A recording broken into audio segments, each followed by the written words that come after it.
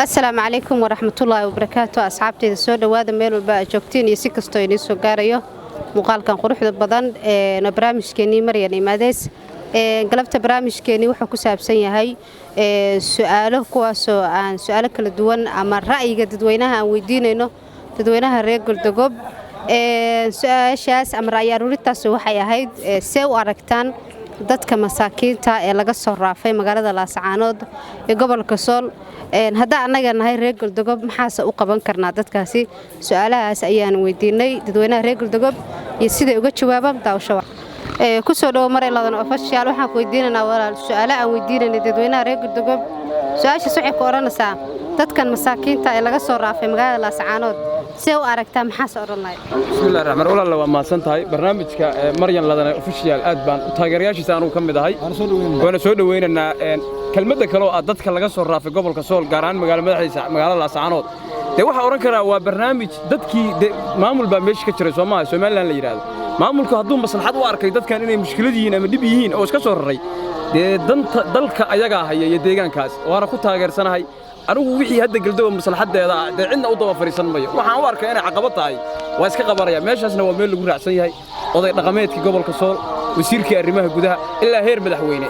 مركوا برنامج تلابة في عوي دتكونا واحد ويقولي الآن ما هاني هاي جودة يدور كودة دتكونا ها عمر تارو عرضها سراتها سود هو مقعد كبلابس وسود مع مجيء ومع إبراهيم آدم محمد سود هو واحد ويدينا سؤال عن ويدينا dadweynaha reer Galdogob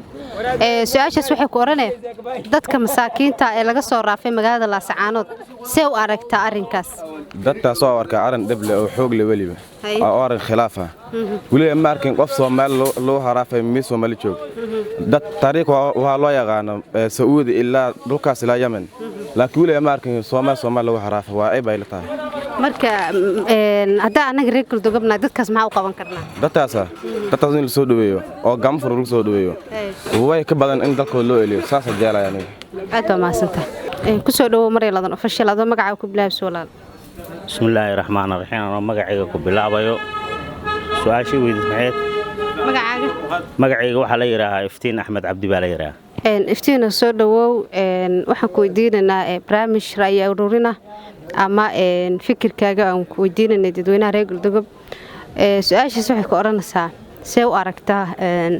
dadka laga soo raafay magaalada Laascaanood ee gobolka Sool maxaa hadda anaga reer Galdogob nahay dadkaas u qaban karnaa horto dadkii waa dad Soomaaliyeed ma ogtahay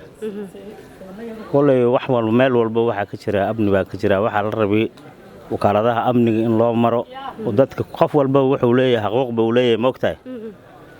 dadkaas dhul Soomaaliyeed bay joogan kulay dhulka waxaan ku leeyahay xuquuq bay ku leeyihiin marka waxaan u maleynayaa haddii dhul Soomaaliyeed la iska tarxiilay inay su'aashaas qalatay ها ساس بان واهمنسanahay marka dadkaas la soo tarxiilay hadda reer Galdogoobna anaga see ku caawin karnaa maxaa u qaban karnaa dadkii waa ummad Soomaaliyeed oo guryahoodii laga soo barakici oo nin walba xirfado kala duwan buu hayo xirfadiisa laga soo dhaxbixi Soomaa anaga reer Galdogob waxaan ka mudannahay inaan dadkaas aan caawino baan ka mudannahay sababta lagu caawin karaa waxa lagu caawin karaa haddii akooma ay leeyihiin hadday ay gudoomiyaal ay leeyihiin dad ayaga wakiil ay u yihiin dadkaas baa loo marayaa wax allaal wixii la heli karo loogu shubi karaa aad waa maasanta walaal soo dhawo maray ladan official adoo magaca ku bilaabay magacaygu waa Cabdiqani Cabdinuur Ibraahim Cabdiqani soo dhawo waxaan ku weydiinanaa su'aalo aan weydiinanay dadweynaha reer Galdogob su'aashaas waxay ku oranaysaa see u aragtaa dadka masaakiinta ee laga soo raafay magaalada Laascaanood dadkaas waxaan u arkaa cawaanimo حوالنا ولا رقمين dadka waa dad Soomaali ah Soomaalidana sidoo waa iskaashataa maane in Soomaalinimada macna laga saaro raxminta Soomaali ma ahan bay dhahaan Soomaalina waa raxminta waa dad muwaadin ah Soomaali ah meel walba ay ku nool yihiin mii magaalo way ku nool yihiin in dadka laga dhax saaro macna la takoorana ma ahan dadkaas la soo raafay dadka soo raafay waxaan u arkaa cawaanin inay yihiin cawaanimo wala dhaqmeen waxaan dhihi lahaa Soomaalinimo ka baxdayna Soomaalidiin ku soo laabtay waa tahay marka dadkaas hadda la soo raafay anaga hadana reer Galdogob maxaa u qaban karnaa wax alaal wixii aan awoodno awooddeena oo Ilaahay macnaha oo gacanteena soo geliyo waan sinna wax alaal waxaan u awoodno oo qabanna aad baa maasanta ku soo dhawow Maryan official adoo magacaaga ku bilaabis bismillahir rahmaanir rahiim magacaygu waa liiraa Sheeno Abdullaahi Maxamed Sheeno soo dhawow waxaan ku weydiinanaa su'aalo aan weydiinanay dadweynaha reer Galdogob su'aasha wax ka oranaysa see u aragtaa ama fikirkaaga maxaa ku qiyaasi lahayd dadka laga soo raafay magaalada Laascaanood maxaas ku tilmaami lahayd horta wiligay ma aragin Soomaali lagu soo tarniilay marka khalada u arkay Soomaali lagu soo tarniilay waa xun waa khalad weeye khalad aad u weyn waa galeen markii adinka hadda tihiin dadka ku dhaqan degmada Galdogob kana soo jeeda koonfurta Soomaaliya maxaa dadkaasi ku caawin kartaa maxaa lagu caawin karaa reer Galdogob nahay see macnaha dadkaasi gurmad loogu sameyn karaa dadka wadankooda la geenayaa gurmad kale wadankooda la geenayaa aad baa maasanta ku soo dhawow Maryan official adoo magacaaga ku bilaabay sidoo lale assalaamu calaykum magacaygu waa Cabdiyare Cabdiyare soo dhawow waxaan ku weydiinanaa raay aruurin ama fikir aan weydiinanay dadweynaha reer Galdogob waxayna ku oranaysaa see u aragtaa dadka laga soo raafay magaalada Laascaanood ee gobolka Sool wallaahi maxaan u arkaa in arrintaas ay arrin qalad ay tahay Soomaali raafis weligeena Allahin ma maqlin Sacuudiga iyo waxa Imaaraadka waan ku naqaan anaga ma garatay waxyaalahaas oo kale macnaha waxyaalo xun oo laga dhinto Soomaalinimadan aan ku wanaagsaneen waxaan leeyahay aniga maxaan u sheegaa dadka reer Laascaanood dadku dhan waa walaalo inay dadka hal mid ka wada dhigaan ku soo dhawow Maryan official adoo magacaaga ku bilaabis magacaygu waa Isaaq soo dhawow waxaan ku weydiinanaa su'aal aan weydiinanay dadweynaha reer Galdogob see u aragtaa dadka Soomaaliyeed ka soo jeeda koonfurta Soomaaliya ee laga soo raasay ama laga soo tarxiilay magaalada Laascaanood ee gobolka Sool walaalle horta waa soo dhaweynaa arrintaas waxa u soo dhaweynayaa dadka koonfurta ka soo jeedo anaga ka mid ah wadankii oo noo baahan baa ka soo dhaqaagnay ka soo qaxnay inana soo raaf halka hadda anaga joohadana naga soo raaf hadda waa sii rabnaa anaga halka in ka raafo oo hadda halka anaga dad joogno galdood soo ma joogno inana naga kaxeeyo naga raafo wadankan noocli waa rabnaa anaga sababtu maxay tahay laakiin dadka Soomaaliyeed waa meel ka soo matay karaan dadka ay dad Soomaaliyeed yihiin qabiil ba la celin kara ma hayna goomid lama celin karo anaga qoomid baa noqonay anaga qoomid baa noqonay sanad kastana dab iyo rafaad baa noo geysanaya wixii marka waxa loo baahan yahay in damiir la sameesto oo wixii qofka dareenkiisa inay kaco dhiiga ku kaco oo isaga ceshto ama dadkiisa ashadaan baa la rabaa marka dadka hadda see lagu caawin karaa hadda soo tarxiil dadka waxa lagu caawin karaa waxa caafimaadkooda ku jira in wadankooda loo celiyo meesha ka imaadeen baa loo celin wax kale jirana ma laha waa tahay daawadayaal barnaamijkeenii Maryan iyo Maadeys ee aan su'aalaha ku soo weydiinanay dadweynaha reer Galdogob galabta gelinka hore waxaan ku soo qaadanay magaalada dhexdeeda haatan waxaan ku sugannahay beerta Greenberg oo waa xilli habeen ah dadka inta aan la wadaagi karno ama ra'yigooda dhiiban kara ayaanu weydiinanaa su'aalihii aan magaalada ku soo weydiinay iyo raay aruurintii dadka aan soo weydiinay marka waxaan leenahay fadlan hadaad channelka ku cusub tahay subscribe-ta iyo like-ta iyo share-ta waa dhankiina commentiga wanaagsan iyo fikradihiinana hoos waa noogu soo qori kartaan aad u mahadsantihiin soo dhawow Maryan official adoo magacaaga ku bilaabis walaa alxamdulillaah magacaygu waa Ibrahim Magow Maxamed boqol aad baan ugu dhawahay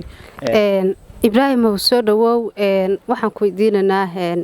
su'aalo fikir aruurin ah oo aan weydiinanay dadweynaha reer Galdogob su'aashaas waxa ku oranaysaa dadka laga soo raafay Laascaanood ee masaakiinta ay soo raafeen maamulka Soomaaliland see u aragtaa adiga ra'yigaaga run ahaantii waa arin murugo iska leh dadkeena Soomaaliyeed dad Soomaali weeye anagna Soomaaliyan waa walaalo weeye in dad Soomaaliya masaakiin ah oo dhowr sano ay meesha deganaayeen in la soo ciiriyo ama in la soo tarniilo waxaan u aragnaa dhibaato aad u weyn waayo xilligan la joogo Soomaaliya dhan meel kasta ay joogaan waa walaalo dal iyo dibadba inay waxa rabaa inay isbiirsadaan nolosha ay isla wadaagaan isla joogaan isjeclaadaan mooye inay soo tarniilaan sidii oo Arabta ama Sacuudi joogaan loo soo tarniil ma ahan fikirkaasina kulli waxaan leeyahay dadkan reer Soomaaliland qaar ahaan musubici qalad weyn buu sameeyay kulli wax kastaba waa dhici karaan adduunkan meel walba la joogo qalad waa dhici karaa marka waxaan jeclaan lahaa in dadka Soomaaliland ama ahaadeen taliyaasha ama ahaadeen maamulka Soomaaliland waxaan leeyahay kulli raaligelin inay bixiyaan dadka masaakiinta hantadoodii iyo maalkoodii ay meesha helaan inay dib ugu celiyaan oo ay dhaxaan oo maadaama aan qaldanay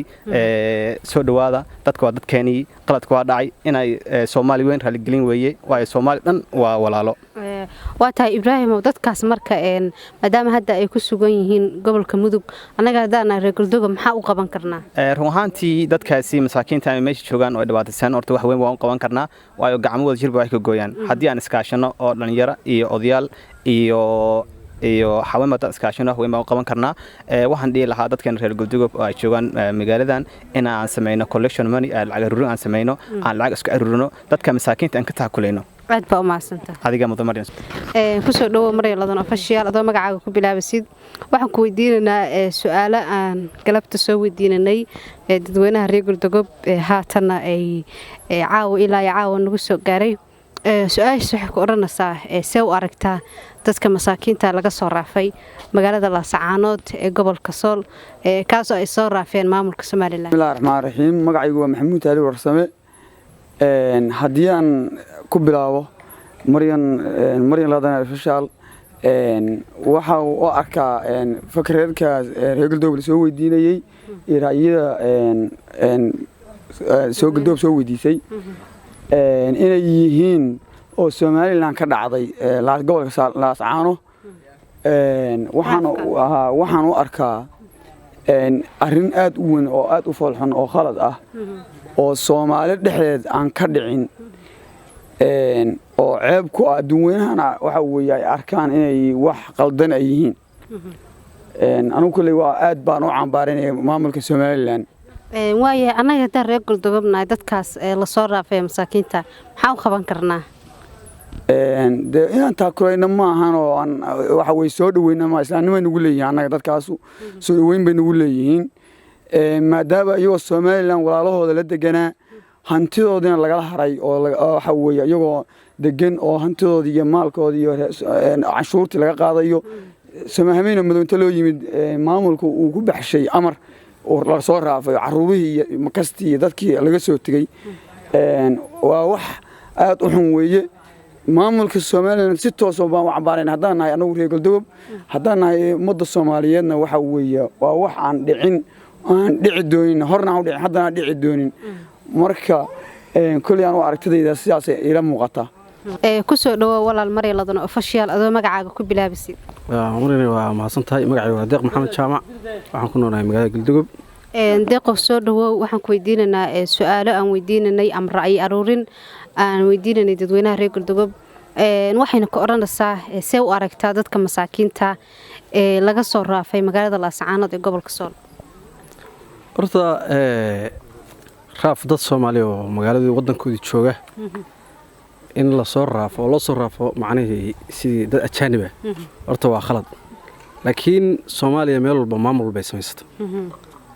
Soomaaliland hadda aniga waxa ku kalifay xaqiiqdii hadda shakhsi ahaanteedu ma garanayo laakiin wadan kasta oo maamul kasta state walba wuxuu leeyahay sharci hadda maanta saan maqlayay waxay raafeen Ethiopiankii marka I don't know man security-kooda madgaliyada ku jirta ma garan karo laakiin kulay sharci ayagu ay go'aan ay gaareen weeye waxaan kaloo hambalyo u dirayaa maamulka Puntland oo runtii si gobonnimo leh oo Soomaalnimo ku dhaantay u soo dhaweeyay wixii u baahnaa deganaashana resettlements iyo deganaansho in meeshooda ka shaqeystaan wixii rabeen inay gudbaan ay gudbiyeen marka taas waxa weeyaan iyadoo muujinaya in dadku Soomaaliyiin dadka Soomaalidana xuduud ma kala lahaano qolo walba gobol walba intaqaana qof Soomaali ah walka hadda ka tago Baydhabo waa magaalo Soomaaliyeed oo ku noolaan kara it's no big deal ma garad marka dadkaas hadda ku sugan gobolka Mudug anaga reer Galdoga ahaan kaalin intaan laag ba ka geysan karnaa soo dhaweyntooda horta la socotid Galdoga waa degmo khaasatan haddii hadda aan macnaha fiiriyo dadka reer koonfur galbeed limitkoodii way joogaan hadda Galdoga marka waxay u baahan tahay in dadku mogtahay in loo iskama yeeri karo in loo hayo space ay degaan waxyaabo tar badan ma garad marka hadda magaalada limitkii ay haysay koonfur galbeed Galdoga way haysaa ka badan ma hayn karo ku soo dhawo Maryam ladan official waxaan ku weydiinaynaa su'aalo ama fikirka dadweynaha oo aan soo weydiinanay dadweynaha reer Galdoga iyo magaaladii su'aashaas waxay ka oranaysaa see u aragtaa dadka masaakiinta laga soo raafay magaalada Laascaanood ee gobolka Sool maxaa si fikirkaaga ku cabir leedahay السلام عليكم ورحمة الله وبركاته أنا مري لدن أوفيشال فيصل محمد محمود وكل هاي channel كاجا haddii aan aragtidaas aad i weydiisay fikirkaas cabiro fikirkayga shacabweynaha laga soo tirxeelay gobolka sool laasacaanood waa dad Soomaaliyeed dhul Soomaaliyeed bay joogeen ma qabo anigu fikir ahaantayda in magaranaysaa dad dhul Soomaaliyeed inta laga taxaabo dad masaakiin ah oo makasa oo magaranaysaa muslima in haddana dhul Soomaaliyeed laga dhul Soomaaliyeed inta laga qaado marka taas aad baan cambaaranayaa Musabixi iyo maamulkiisa iyo magaranaysaa dawladdaas aad baan cambaaranayaa runtii waa tahay aad iyo aadna waxaan uga hambaliyeenayaa Puntland oo soo dhaweysay gudoomiye ku-xigeenka aad baan uga hambaliyeenayaa iyo Puntland oo dhan waa tahay Cabdi oo maadaama dadkaasi hadda gobolka Mudug lagu soo dhaweeyay maxaa anaga hadana reer Galdogob maxaa u qaban karnaa ma sha Allah anagu ma garanaysaa كل بطلع ما كترسنا سيد اللي وصل ويجع عمفر اللي وصل ويا أنا قلنا مقرنسا هو بقادننا سيوصل ويين أنا قلنا والله قمنا رأيك سيوصل ويين بوصل وينا كسر له مريا لدن أفشل هذا مقعد بلابس ما شاء الله كله ولا مع مريا لدن أفشل واحد من داور شواكها ما أنت نجيب شوكة كمان توداوني مقرتا مقعد وعسك محمد علي وكله عسكر soo dhawow dadka laascaanood laga soo raafay gobolka Sool see u aragtaa dareenkaaga xaqiiqo aan fikrad wax ka qabo dad Soomaaliyeed oo dad Soomaaliyeed joogo soo raafay waxa aqli xumo marka waa laga danqanayaa dad Soomaaliyeed oo laga soo raafay dhulkoodii oo haddana isla dhulkooda haddana yimaaday aad iyo aad halka uga danqanaya ma garateen de macnaha anu ma fikrad ahaanteeda waxa la yaabaa kama qabaan in la soo raafo dadkooda laga soo raafo aan ka xumaa cambaransa si Musabixi marka dadka anaga hadda Galdogob hadana maxaa u qaban karnaa de waxa ma qaban karnaa sidii waxa u qaban karnaa sidii rebaalkii kale si reegarow kale Puntland anagu Puntland ma ka tirsanahay macna waa soo dhaweynaa gacmo furan baa ku soo dhaweynaa hadda noo yimaado waa walaalaheen waan soo dhaweynaa si baalkiisan halkan aad iyo aad waxa uga hambaliyeenaya madaxweyne Siciid Dani oo soo dhaweeyay si sharaf leh u soo dhaweeyay gaar ahaan dadka masaakiinta la soo raafay marka ka walaal macna